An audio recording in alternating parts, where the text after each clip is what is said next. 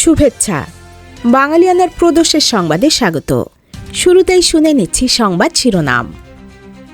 আসিফ নজরুল জানালেন, জুলাই অভ্যুত্থানের সকল ঘটনায় দায়মুক্তি পাবেন আন্দোলনকারীরা। অধ্যাদেশের খসড়া প্রস্তুত।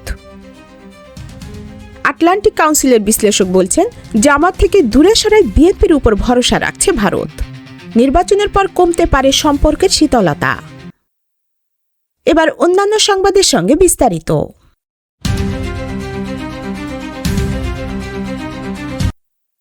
জুলাই যোদ্ধাদের দায়মুক্তি দিয়ে অধ্যাদেশের খসড়া তৈরি করা হয়েছে বলে জানিয়েছেন আইন, বিচার ও সংসদ বিষয়ক উপদেষ্টা আসিফ নজরুল।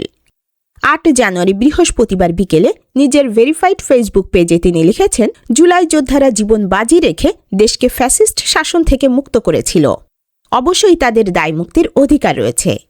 জুলাই গণ অভ্যুত্থানকালে ফ্যাসিস্ট শেখ হাসিনার খুনিদের বিরুদ্ধে তারা যে প্রতিরোধমূলক কার্যক্রম করেছিল, সেজন্য তাদের দায়মুক্তি দিয়ে আইন প্রণয়নের প্রয়োজনও রয়েছে। এ ধরনের আইন প্রণয়ন সম্পূর্ণ বৈধ বলে মন্তব্য করেন তিনি।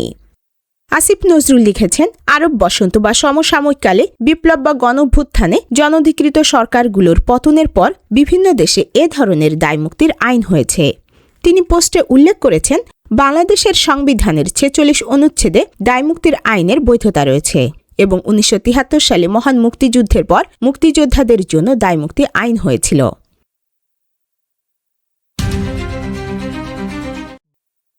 বাংলাদেশ ও ভারতের মধ্যে বিদ্যমান চরম কূটনৈতিক উত্তেজনার মাঝেও আসন্ন সাধারণ নির্বাচন সম্পর্কের পুনর্গঠনে একটি নতুন সমঝোতার পথ খুলে দিতে পারে বলে মনে করছেন দক্ষিণ এশিয়া বিষয়ক বিশ্লেষক মাইকেল কুগেলম্যান। অনলাইন ফরেন পলিসিতে প্রকাশিত এক নিবন্ধে আটলান্টিক কাউন্সিলের এই সিনিয়র ফেলো উল্লেখ করেছেন, দীর্ঘদিনের তিক্ততা ঝেড়ে ফেলে ভারত এখন বিএনপি নেতৃত্বাধীন সম্ভাব্য সরকারের প্রতি ইতিবাচক বার্তা দিচ্ছে। কুগেলম্যানের মতে, জামায়াতে ইসলামীর সঙ্গে দীর্ঘদিনের জোট ভেঙে বেরিয়ে আসায় বিএনপি এখন দিল্লির কাছে তুলনামূলকভাবে গ্রহণযোগ্য হয়ে উঠেছে। কুগেলম্যান তার বিশ্লেষণে দেখিয়েছেন, একদিকে বাংলাদেশিরা বিশ্বাস করেন ভারত দীর্ঘদিন ধরে তাদের অভ্যন্তরীণ রাজনীতিতে হস্তক্ষেপ করেছে। অন্যদিকে ভারতীয়দের ধারণা, হাসিনাবিহীন বাংলাদেশে কট্টরপন্থীদের উত্থান ঘটছে। শেখ হাসিনাকে আশ্রয় দেওয়া এবং তাকে হস্তান্তরে অস্বীকৃতি জানানো ঢাকার অবস্থানকে আরও কঠোর করেছে। দুই দেশের অভ্যন্তরীণ রাজনৈতিক বাস্তবতা এই সম্পর্কের উন্নয়নের পথে বড় বাধা হিসেবে কাজ করছে। বাংলাদেশে প্রভাবশালী ইসলামপন্থী দলগুলো ভারতের সঙ্গে ঘনিষ্ঠ সম্পর্কের বিরোধী, যা নতুন সরকারের রাজনৈতিক পরিসর সংকুচিত করতে পারে। কুগেলম্যান মনে করেন, আগামী ১২ ফেব্রুয়ারির নির্বাচন দুই দেশের জন্য সম্পর্কের বরফ গলানোর এক বড় সুযোগ। তবে এই পথ তখনই সুগম হবে যখন উভয় পক্ষ রাজনৈতিক ঝুঁকি নিয়ে আপোস করতে সম্মত হবে।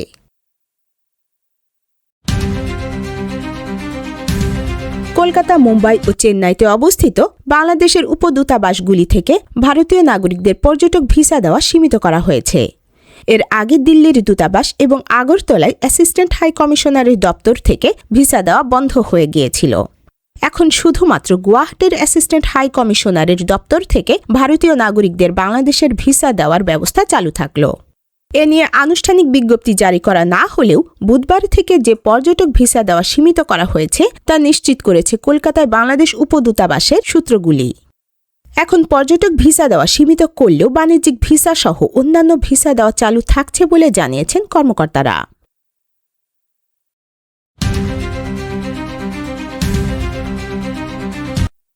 নতুন করে ১৩৫টি ওষুধকে অত্যাবশ্যকীয় তালিকায় যুক্ত করেছে অন্তর্বর্তী সরকার। এর ফলে এখন এই তালিকায় ওষুধের সংখ্যা হল ২৯৫টি। এই অত্যাবশ্যকীয় ওষুধ বিক্রির জন্য নির্দিষ্ট দাম বেঁধে দেওয়ার সিদ্ধান্ত নিয়েছে সরকার। ৮ জানুয়ারি বৃহস্পতিবার উপদেষ্টা পরিষদের এক বৈঠকে এ সিদ্ধান্ত নেওয়া হয়েছে। পরে বিকালে ফরেন সার্ভিস একাডেমিতে এক সংবাদ সম্মেলনে এ তথ্য জানান প্রধান উপদেষ্টার স্বাস্থ্য বিষয়ক বিশেষ সহকারী মোহাম্মদ সাইদুর রহমান। মানুষের চিকিৎসা ও ঔষধ প্রাপ্যতার জন্য বিক্রেতাদের সরকারের বেঁধে দেওয়া দামে বিক্রি করতে হবে বলে জানিয়েছেন তিনি।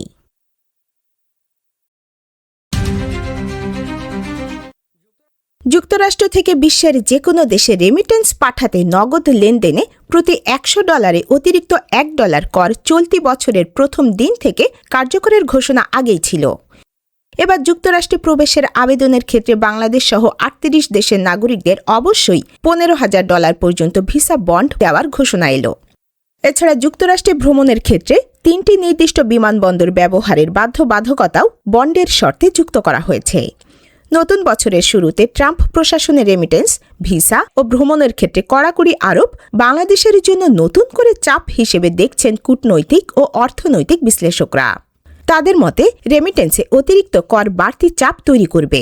এর ফলে অনানুষ্ঠানিক পথে বাংলাদেশে রেমিটেন্স পাঠানোকে উৎসাহিত করতে পারে। আর ভিসা বন্ড হিসেবে আমানত বাংলাদেশিদের যুক্তরাষ্ট্রে যাওয়াকে নিরুৎসাহিত করবে। যুক্তরাষ্ট্রে গিয়ে নানাভাবে অতিরিক্ত সময় সেখানে থেকে যাওয়া এবং অনিয়মিত হওয়ার বিষয়টিকে ট্রাম্প প্রশাসন ভালোভাবে দেখছে না। এ ব্যাপারে কঠোর হওয়ার ইঙ্গিত দেশটি অনানুষ্ঠানিকভাবে নানা আলোচনায় বাংলাদেশ সহ বিভিন্ন দেশকে দিয়েছে। ভেনেজুয়েলার জ্বালানি তেল বিক্রি অনির্দিষ্টকালের জন্য নিজেদের নিয়ন্ত্রণে রাখার ঘোষণা দিয়েছে যুক্তরাষ্ট্র। গতকাল বুধবার মার্কিন জ্বালানি বিষয়ক মন্ত্রী ক্রিস রাইট এ ঘোষণা দেন। মায়ামিতে যুক্তরাষ্ট্রের বহুজাতিক বিনিয়োগ ব্যাংক ও আর্থিক সেবাদাতা প্রতিষ্ঠান গোল্ডম্যান স্যাক্স আয়োজিত এক জ্বালানি সম্মেলনে ক্রিস রাইট বলেন, আমরা ভেনেজুয়েলা থেকে আসা অপরিশোধিত জ্বালানি তেল বাজারজাত করতে যাচ্ছি। প্রথমে মজুদ থাকা তেল এবং পরে দেশটির উৎপাদিত সব তেল অনির্দিষ্টকালের জন্য আমরাই বিশ্ববাজারে বিক্রি করব। ক্রিস রাইট ইঙ্গিত দিয়েছেন, ভেনেজুয়েলার জ্বালানি তেল রপ্তানি সহজ করতে দেশটির জ্বালানি খাতের উপর থেকে নিষেধাজ্ঞা শিথিল করা হতে পারে। তিনি আরও বলেন, যন্ত্রাংশ ও সরঞ্জাম আমদানির মাধ্যমে ভেনেজুয়েলার জ্বালানি তেল শিল্পকে ধসে পড়ার হাত থেকে রক্ষা এবং উৎপাদন বাড়াতে আমরা দেশটির বর্তমান সরকারের সঙ্গে কাজ করছি। বাঙালিয়ানা প্রদেশের সংবাদ শেষ হল। ধন্যবাদ।